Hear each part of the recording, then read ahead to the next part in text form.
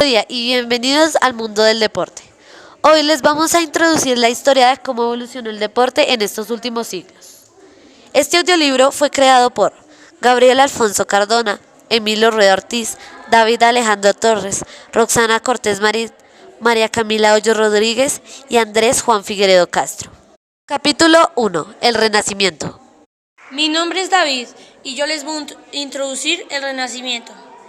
El Renacimiento fue un periodo de gran avance cultural y artístico que ocurrió en Europa entre los siglos XIV y XVI. Se caracterizó por un renovado interés en la antigüedad clásica, un enfoque en el humanismo, la exploración de nuevos conocimientos científicos y el florecimiento de la creatividad artística. Surgieron importantes figuras como Leonardo da Vinci, Miguel Ángel y Rafael, cuyas obras maestras siguen siendo reconocidas hoy en día. Capítulo 1, segunda parte. La Reforma y la Contrarreforma. Hola, me llamo Figueredo y les voy a presentar la Reforma y Contrarreforma. La Reforma fue un movimiento del siglo XVI liderado por Martín Lutero y otros reformadores que cuestionaron las prácticas de la Iglesia Católica, lo que resultó en la creación de iglesias protestantes y la ruptura de la unidad religiosa en Europa. La Contrarreforma, por otro lado, fue el esfuerzo de la Iglesia Católica para abordar las críticas y reformar sus prácticas, reafirmando su autoridad y promoviendo una renovación espiritual a través del Concilio de Trento y otras medidas. Capítulo 1, parte 3. Geografía y astronomía del antiguo Imperio Romano. Roma, la antigua capital del Imperio Romano, se ubicaba en la región central de Italia, a las orillas del río Tíber. Esta ciudad se construyó en una serie de colinas, incluyendo las famosas colinas Palatino y Capitolino, con el foro romano en el valle entre ellas, lo que proporcionaba una ubicación estratégica y defensiva. En cuanto a la astronomía, los antiguos romanos estaban influenciados por las antiguas creencias griegas y desarrollaron un sistema de creencias que incluía la adoración de variedades de dioses y deidades celestiales. Aunque su conocimiento científico era un poco limitado en comparación con las teorías modernas, realizaron muchos avances en la medición del tiempo. Hicieron un calendario que se convirtió en la base del calendario juliano y posteriormente del calendario gregoriano. Capítulo 1, parte 4. Competencias ciudadanas y derechos del antiguo Imperio Romano. En el antiguo Imperio Romano, las competencias ciudadanas y los derechos estaban en gran medida reservados para los ciudadanos romanos, otorgándoles derechos legales y políticos especiales. Estos incluían el derecho a participar en la vida política, el derecho a un juicio justo, la protección legal y otros privilegios. Sin embargo, los no ciudadanos y los esclavos tenían menos derechos y estaban subordinados a los ciudadanos romanos. En relación con la llegada de los españoles a América, la influencia de la tradición legal romana se manifestó a través de la aplicación de sistemas legales y de gobierno basado en la ley romana. Los conceptos de ciudadanía y derechos influyeron en la manera en que los españoles trataban con las poblaciones indígenas y establecían estructuras de gobierno en las colonias, aunque a menudo con marcadas diferencias y establecimiento de leyes y la imposición de estructuras jerárquicas en las colonias españolas en América. Capítulo 2. Descubrimiento y colonización de América. Y colonización de América. El descubrimiento y la conquista de América se refieren al periodo histórico en el que Europa, encabezado por España, Portugal y otros países, exploró y colonizó el continente americano a partir de 1492. El viaje de Cristóbal Colón en 1492 marcó el comienzo de la era de la explotación europea en América.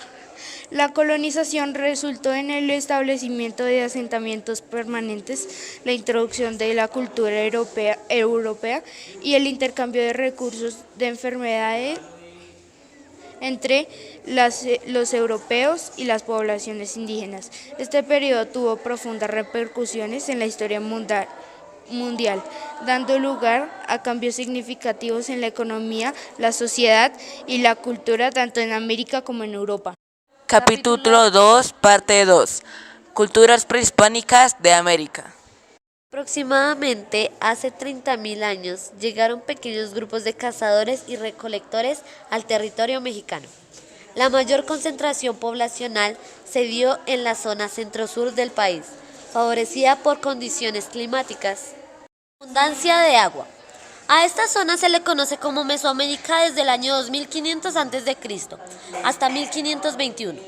Florecieron espléndidas culturas como la olmeca, la maya, la zapoteca, como cultural de lo que explica que compartan características similares como una agricultura basada en el maíz. Desarrolló grandes centros poblacionales, construcciones religiosas tipo basamento piramidal, exquisitos trabajos en piedra, jade y obsidiana, y una religión politeísta teocrática. Capítulo 2, parte 3. Colonias en América.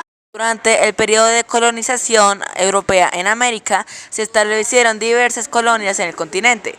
Algunas de las colonias más importantes incluyeron: primero, Nueva España, establecida por los españoles, abarcada gran parte de lo que hoy es México y América Central. 2. Nueva Francia, fundada por los franceses, incluía regiones de Canadá y partes de los actuales Estados Unidos.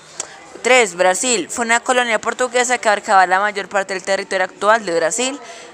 Y 4. 13 colonias, fundadas por los británicos en la costa este de América del Norte. Estas colonias luego se convertirían en los primeros estados de los Estados Unidos de América. Estas colonias formaron la base de futuras naciones independientes y sus legados culturales y políticos aún se pueden observar en la región en la actualidad. Capítulo 3, parte 4. ¿Cómo las placas tectónicas pueden hacer relieves escarpados y ondulados que originaron deportes en América? Las placas tectónicas desempeñan un papel fundamental en la forma de relieves, que pueden ser relevantes para deportes como el montañismo, el esquí, el ciclismo de montaña y más. Colisiones de placas: cuando dos placas tectónicas chocan, se pueden crear cadenas montañosas como los Himalayas. Estas montañas proporcionan un terreno ideal para el montañismo y senderismo. Fallas geológicas. Las fallas son fracturas en la corteza terrestre donde las placas se desplazan. Los deportes como el ciclismo de montaña a menudo se benefician de la topografía generada por fallas, ya que crean elevaciones y terrenos diversos. Volcanismo. Las erupciones volcánicas pueden dar lugar a la formación de montañas, colinas y valles. Estos relieves pueden ser utilizados para deportes como el esquí y el senderismo. Depresiones tectónicas. Las áreas hundidas creadas por el movimiento de las placas tectónicas pueden formar lagos y valles que pueden ser ideales para deportes acuáticos y actividades al aire libre. Capítulo 2, parte 5. Evolución y eventos importantes después del descubrimiento y colonización de América.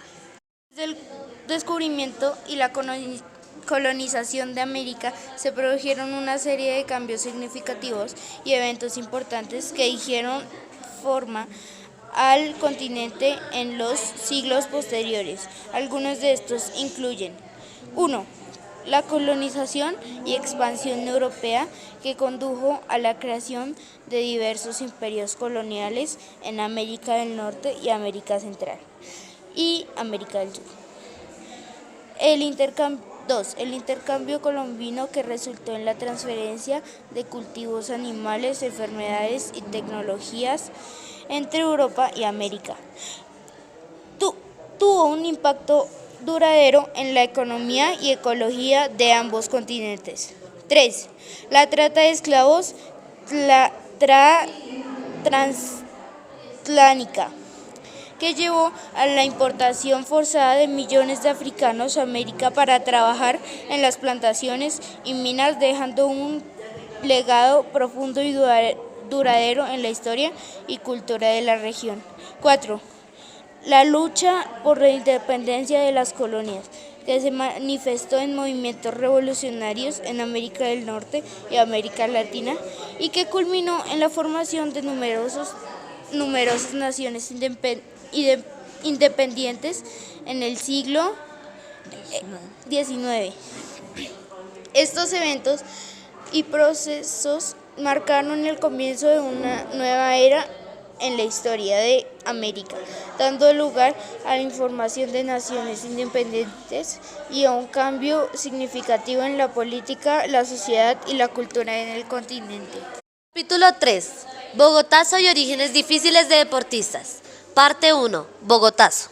Se conoce como el Bogotazo a una serie de disturbios ocurridos en Bogotá, como consecuencia del magnicidio del líder del Partido Liberal, Jorge Eliezer Gaitán, ocurrido el 9 de abril de 1948. El presunto autor material del magnicidio, Juan Roa Sierra, fue perseguido y linchado por una multitud que, posteriormente, arrastró su cadáver hasta la Casa de Nariño. La ola de protestas, que también se expandió a otras ciudades y regiones del país, desencadenó el recrudecimiento de la época conocida en el país como la violencia, que terminó aparentemente 10 años después, en 1958. Capítulo 3, parte 2. Orígenes de deportistas después del Bogotazo. El pibe. El máximo exponente del fútbol de Colombia nació el 2 de septiembre de 1961 en la ciudad de Santa Marta, Colombia, y fue bautizado como Carlos Alberto Valderrama Palacio. Su padre, de quien heredó el gusto por el fútbol por haber pertenecido a la selección del departamento de Magdalena, es Carlos Jaricho Valderrama, y su madre es Juana Palacio.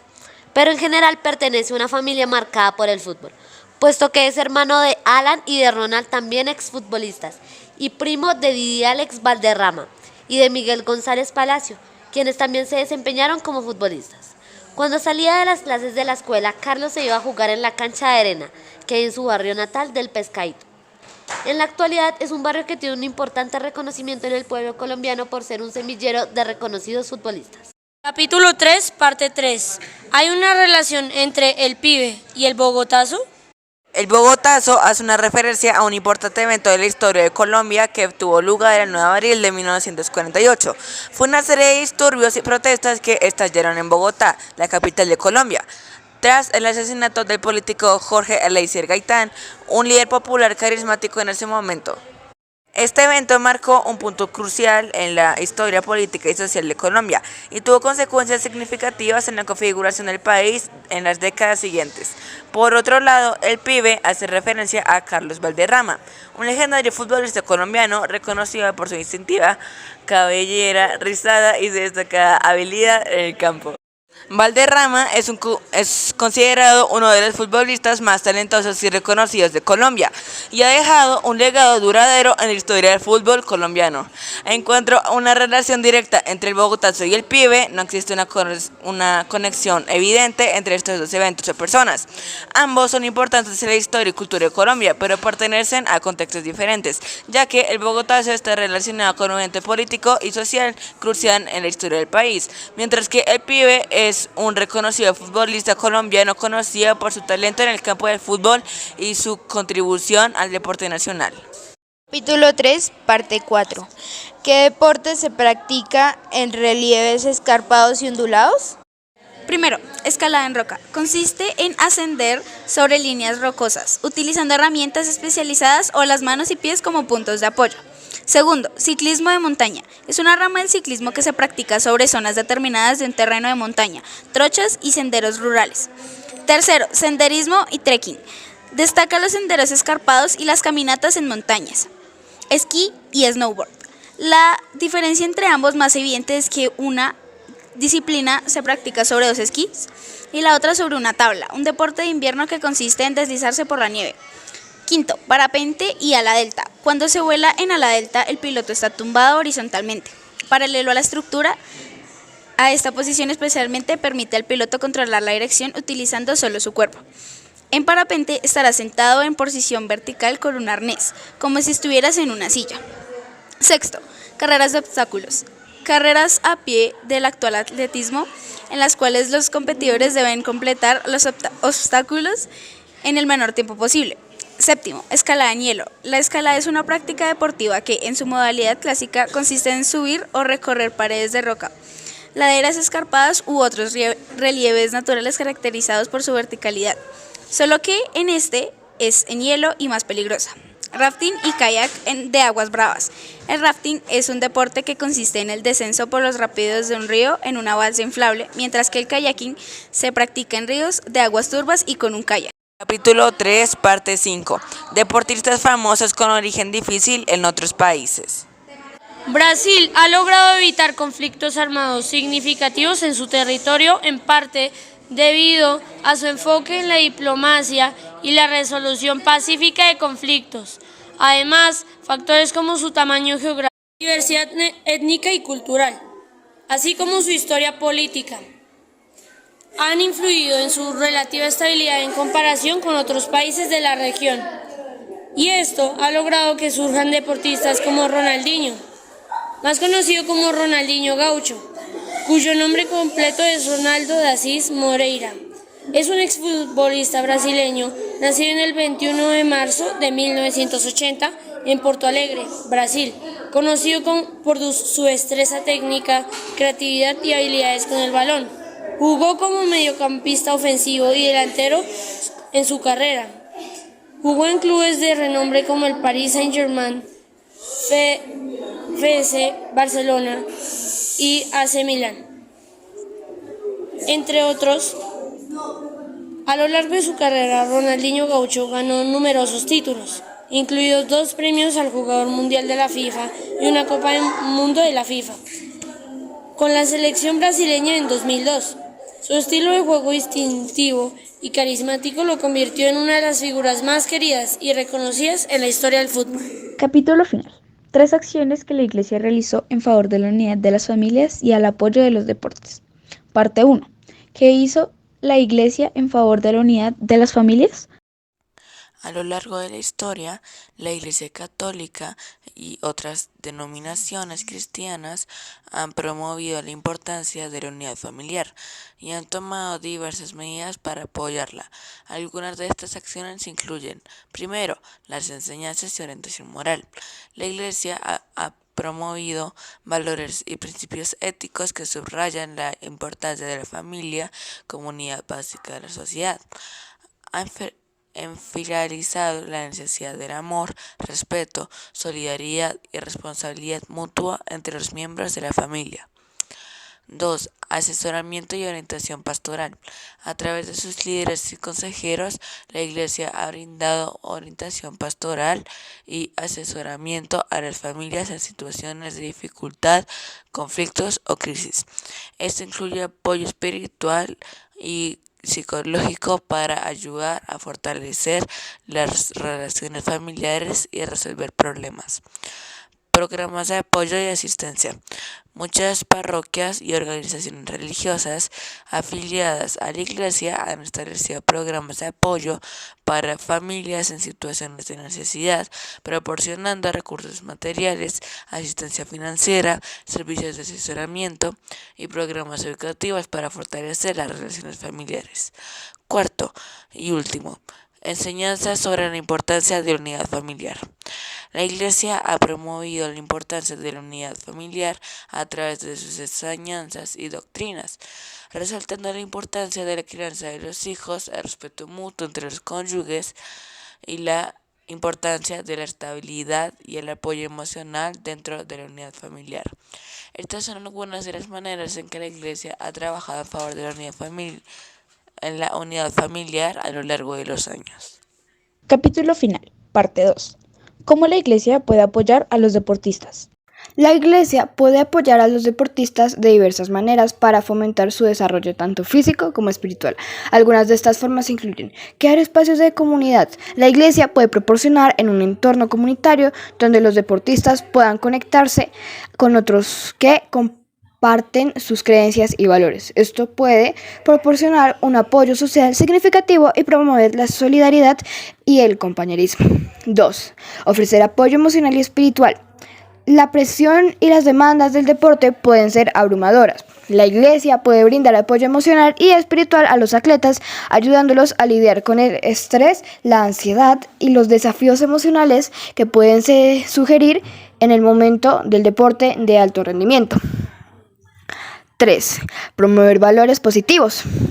La Iglesia puede fomentar valores como el trabajo en equipo, la honestidad, la ética de trabajo y la humildad entre deportistas. Al resaltar la importancia de estos valores, la Iglesia puede contribuir a la formación de atletas más completos, tanto en el campo del juego como en su vida cotidiana. 4. Y la última, Proporcionar orientación moral. Los deportistas a menudo se enfrentan a situaciones desafiantes en las que pueden ser presionados o comprometer sus valores. La Iglesia puede ofrecer orientaciones morales y éticas para ayudar a los deportistas a tomar decisiones sabias y éticas en su carrera deportista y en su vida profesional.